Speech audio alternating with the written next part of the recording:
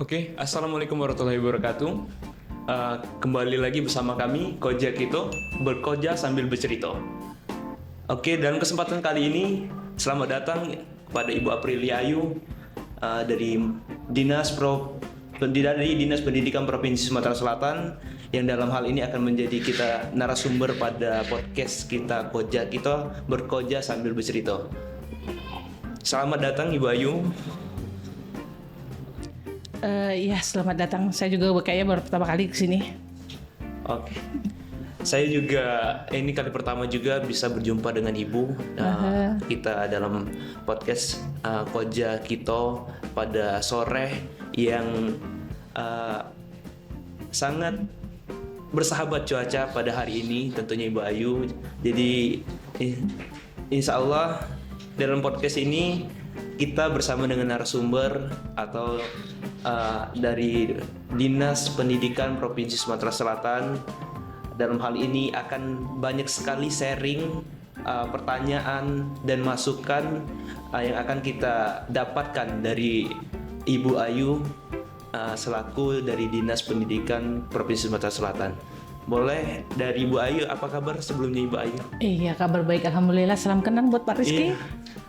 Kayaknya belum kenalan gitu Pak ya. Oke. Gimana keseharian dan kabarnya selama ini? Oke, kalau keseharian sehari-hari saya ini adalah staf di bidang PTK, Pendidikan dan Tenaga Kependidikan di Dinas Pendidikan Provinsi Sumatera Selatan. Kita membawahi untuk guru-guru SMA, SMK dan SLB. Oke. Iya. Jadi apa yang akan kita bahas kali ini bersama Ibu Ayu tentunya tidak lain dan tidak bukan dan tidak jauh akan berkaitan tentang masalah pendidikan, terutama di bidang SMA, SMK. Dengan orang yang tepat akan kita tanyakan banyak hal ini, Bu. Jadi tolong teman-teman sekalian, kita sama-sama belajar di sini bersama orang yang tepat dan orang yang cerdas tentunya. Oke, Ibu Ayu, terkait dengan SMK, SMA. Tentunya dalam bidang pendidikan, sebagai ibu, sebagai dinas dari Provinsi Sumatera Selatan terkait pendidikan, bagaimana apa yang menjadi acuan ibu? Tentunya semangat melihat pendidikan terutama di Sumsel, Sumatera Selatan ini terkait bagaimana perkembangan dari SMA, anak SMK yang ibu selama ini ibu pantau. Oke, terima kasih Pak Rizky. Dalam hal ini kami menggarisbawahi bahwa saya di Dinas Pendidikan mencakup PTK. PTK itu Pendidikan Tenaga Pendidikan, tapi tidak terlepas juga dari siswa atau murid. Di sini adalah peserta didik. Di peserta didik itu di bidang SMA dan SMK. Lalu ada juga untuk yang berkebutuhan khusus, itu ada bidang yang namanya PKLK. Anak-anak yang berkebutuhan khusus. Kalau untuk pendidikan, alhamdulillahirrahmanirrahim, kita bangga sebagai orang Sumatera Selatan mempunyai dedikasi yang kuat pemimpin-pemimpin kita untuk memajukan pendidikan, baik itu dari program-program pemerintah yang dari mana mempermudah bagaimana mengembangkan pendidikan yang ada di Sumatera Selatan. Kita tidak berpikir kendala lagi masalah SDM ataukah itu masalah sumber daya manusia, sumber daya alam. Semua sistem yang ada di Sumsel ini sangat disupport. Saya sangat bangga sebagai orang Sumsel karena tidak ada alasan lagi untuk maju. Sekolah sudah dipermudah oleh pemerintah. Oke, seperti itu. Iya. Emang benar kata apa yang disampaikan oleh Bu Ayu. Jadi kita harus bangga, apalagi kita sebagai orang Sumatera Selatan yang punya sumber daya yang begitu besar, yang disampaikan Ibu Ayu tadi. Jadi kita harus bangga. Melalui pendidikan kita harus maju juga. Ibu Ayu, terkait dalam pendidikan, tentunya di Sumatera Selatan ini, apa sih yang kira-kira saran dari Ibu ataupun bagaimana kepengennya atau gimana baiknya nantinya untuk pendidikan di Sumatera Selatan ini? Apakah sumber dayanya yang harus diperbarui lagi ataupun melalui program-program yang harus kita dedikasi berikan kepada masyarakat terkhusus Sumatera Selatan? Oke, kalau kita bahas masalah pendidikan itu banyak sekali unsur-unsur yang kita bahas. Yang pertama dari segi siswa atau peserta didik.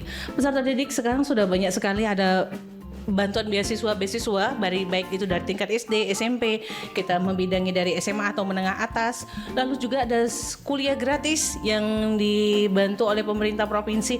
Itu semua adalah bantuan pemerintah untuk bagaimana kita meningkatkan SDM. Bagaimana 10 tahun ke depan, 20 tahun ke depan. Jadi tidak ada alasan kita sekarang untuk miskin dari secara ilmu pengetahuan. Itu dari sisi peserta didik. Tapi untuk bagaimana meningkatkan kompetensi ini sesuai dengan anjab saya, fungsional saya, bagaimana kita meningkatkan kompetensi guru. Ini bahasanya sudah guru. Bagaimana guru meningkatkan kompetensi guru dengan mengikuti berbagai macam program pemerintah yang free, tidak berbayar. Asalkan guru itu mau aktif, membuka diri, selalu cerdas dalam memilih setiap kesempatan. Jadi apapun program pemerintah. Ternyata dari sini kita punya Pak Rizky dari Balai Guru Penggerak. Terima kasih pada Balai Guru Penggerak, program-program untuk peningkatan kompetensi guru di Sumatera Selatan ini sangat maju pesat. Tidak hanya itu, banyak juga balai-balai yang lain yang bekerja sama dengan pemerintah.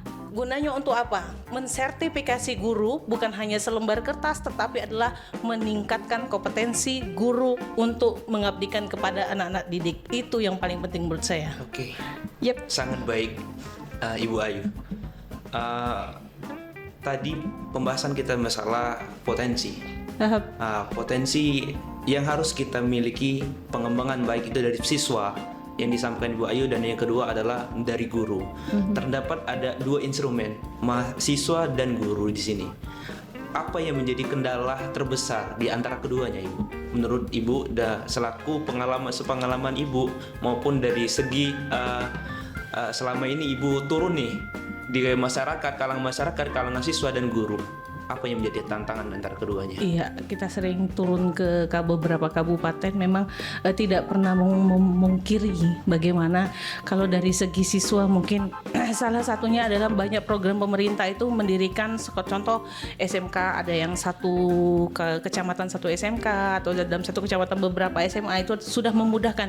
Tapi mungkin jarak tempuh dari rumah siswa ke tempat sekolah itu masih menjadi kendala.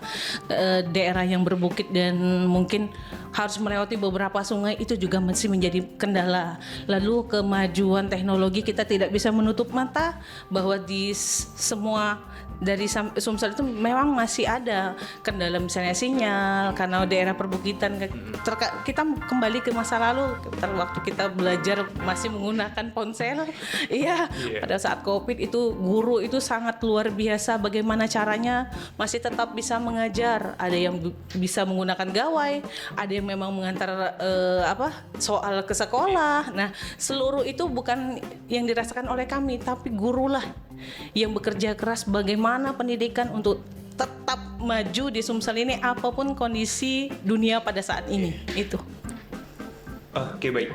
Nah, terima kasih juga. Di sini saya mewakilkan Balai Guru Penggerak.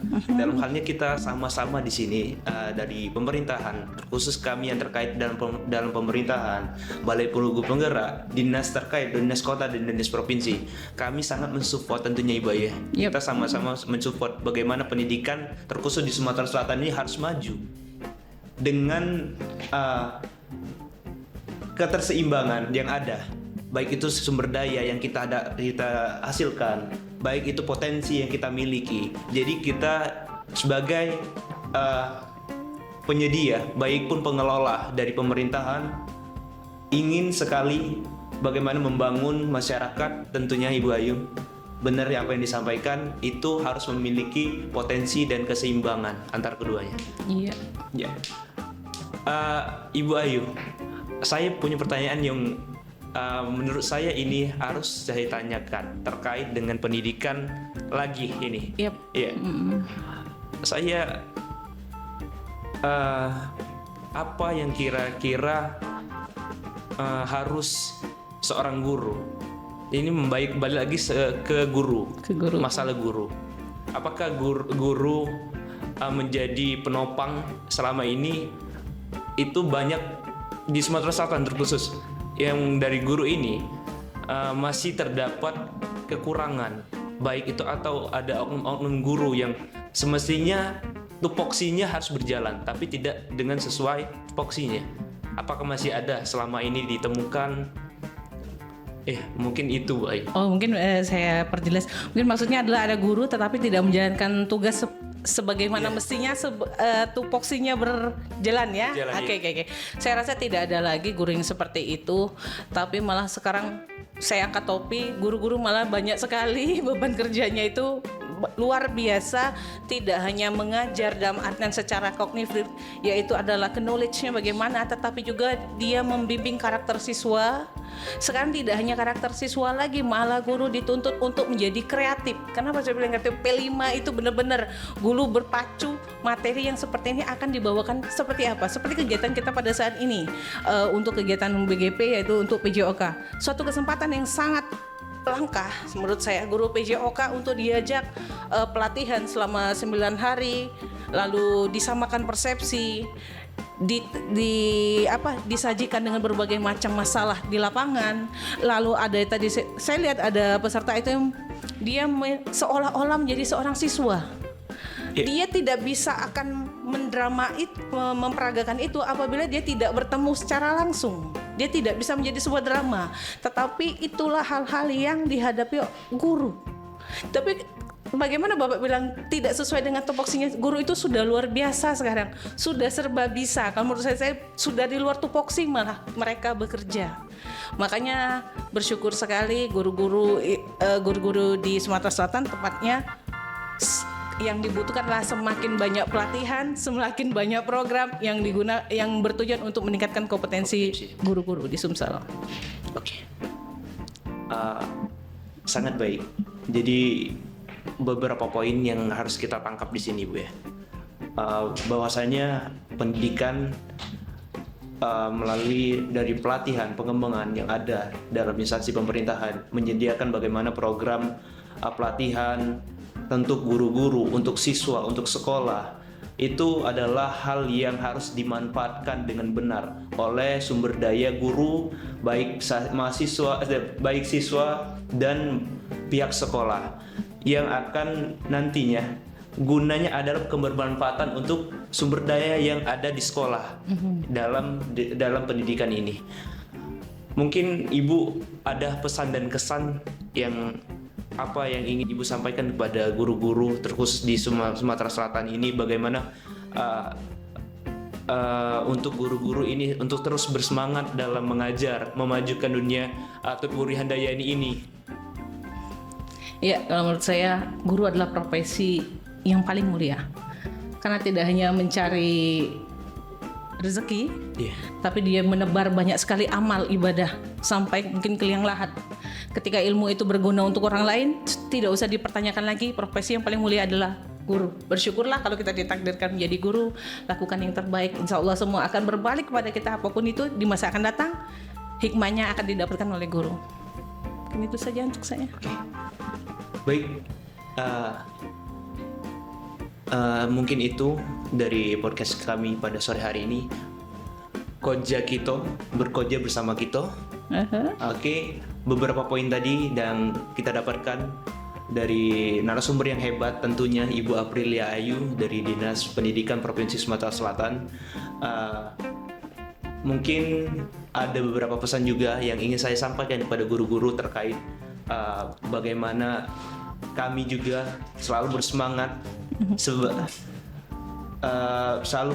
seperti guru-guru yang ada di Sumatera Selatan. Tentunya kami dari Balai Guru Penggerak juga selalu ikut bersemangat untuk menyediakan bagaimana banyaknya program-program untuk memajukan kompetensi potensial yang ada pada guru di Sumatera Selatan ini. Jadi mungkin itu dari podcast Koja Kito pada sore hari ini. Ambil baiknya, buang buruknya. Oke, bersama saya Rizky Anugrah Putra dari Balai Guru Penggerak dan Ibu Aprilia Ayu Asri dari Dinas Pendidikan Provinsi Selatan. Kami pamit undur diri. Wassalamualaikum Wassalamualaikum warahmatullahi wabarakatuh.